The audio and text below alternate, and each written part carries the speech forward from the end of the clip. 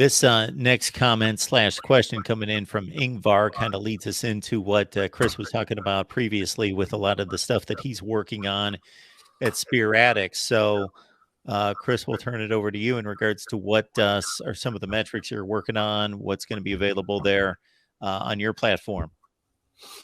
Yeah. So we had done a thing to where there was a PFF grade that came out as far as returning production and stuff to that nature as far as multiple teams go. But they were specific on teams that maybe weren't looked at as a top 10 team, obviously at the beginning of the 2022 season. And now after the performance that these teams have put on, there was like 6 teams that were in this nature of talk, Florida State being the number 1 team. There's been multiple analysts come out and say that Florida State's their sleeper team for next year, which is this year. There's multiple people saying that Florida State's that dark horse with the amount of production that they've got coming back.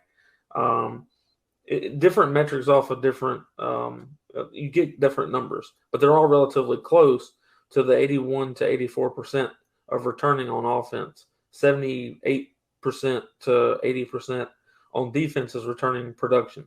Florida State has the most returning production across college football, regardless of Power 5.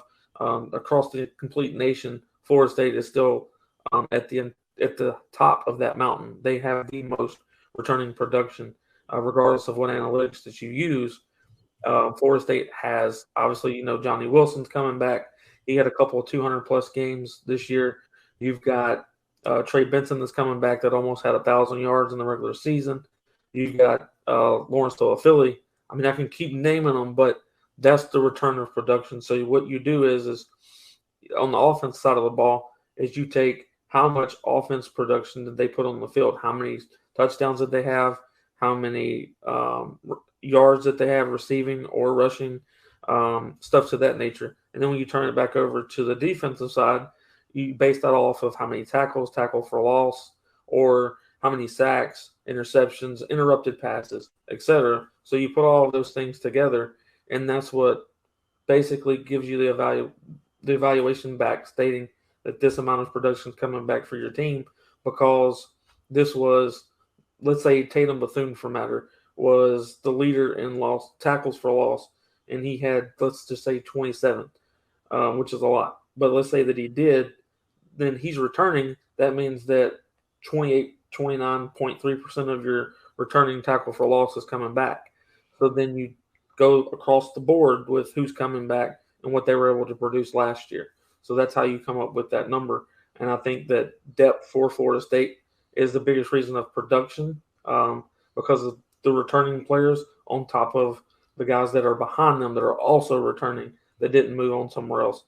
And I think that's going to change after spring, because I think we'll have some more attrition in spring. So I think there's going to be some guys leave that right now are being accounted for. I don't think that we keep every one of them. So we very well might not be, come spring, the team that's got the most production returning. And then again, we very well could be. I'm guessing you guys would be okay with Tatum Bethune racking up 27 tackles for loss. That would be a decent number.